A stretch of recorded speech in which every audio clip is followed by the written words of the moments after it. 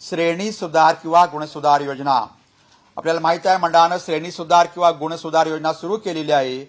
या परीक्षेमध्ये सर्व विषयात पास झालेल्या विद्यार्थी याच्या लगतच्या पुढील 3 परीक्षेमध्ये विद्यार्थी श्रेणी सुधार परीक्षेसाठी पात्र होऊ शकतो। म्हणजे फेब्रुवारी मार्च 25 ची परीक्षा पास झालेला विद्यार्थी हा जून जुलै 25 ची परीक्षा, फेब्रुवारी मार्च 26 ची परीक्षा आणि जून जुलै 26 च्या परीक्षेला श्रेणी सुधार अंतर्गत या तिन्ही परीक्षेसाठी किंवा तिन्हीपैकी एका परीक्षेसाठी तो पुन्हा प्रविष्ट होऊ शकतो।